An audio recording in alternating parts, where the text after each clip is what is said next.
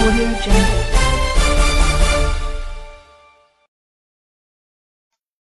नमस्कार.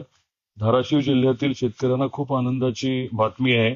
खरीप 2025चा पीक विमा जो आपल्या राज्य कमिटीने मंजूर केला होता, त्याच्या विरोधामध्ये पीक विमा कंपनी केंद्रातल्या TSE कडे गेली होती आणि केंद्रातली जी कमिटी सल्लागार कमिटी आहे, म्हणजे ते केंद्रातली तांत्रिक सल्लागार समिती जी आहे, त्यांनी देखील आपल्या राज्यातल्या कमिटीचा जो काही निर्णय होता तो कायम ठेवलाय आणि शेतकऱ्यांना 7 दिवसाच्या आत पीक विमा अदा करण्याच्या बाबतीत सक्त असे निर्देश दिलेले आहेत. आनंदाची बाब आहे. आपल्या सर्वांनाच त्याची खूप उत्सुकता होती आणि गरजही होती. प्राप्त परिस्थितीमध्ये आपल्या भागातल्या शेतकऱ्यांना साधारण एक 300-350 कोटी रुपये आता उपलब्ध होतील आणि ही कमिटी अशी आहे की ज्याचा आदेश पाळणं हे विमा कंपनीला बंधनकारक आहे.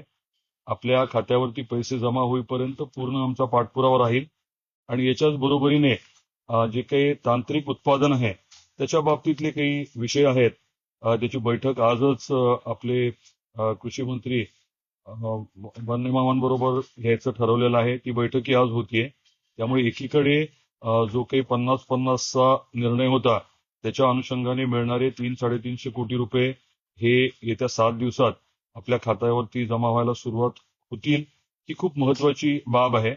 जो काही पाठपुरावा, जे काही कष्ट सगळ्यांनी घेतले, त्याचं हे फळच म्हणावं लागेल आणि ज्यांनी या प्रक्रियेत आपल्याला सहकार्य केलं त्या सर्वांचे मी मनापासून आभार व्यक्त करतो.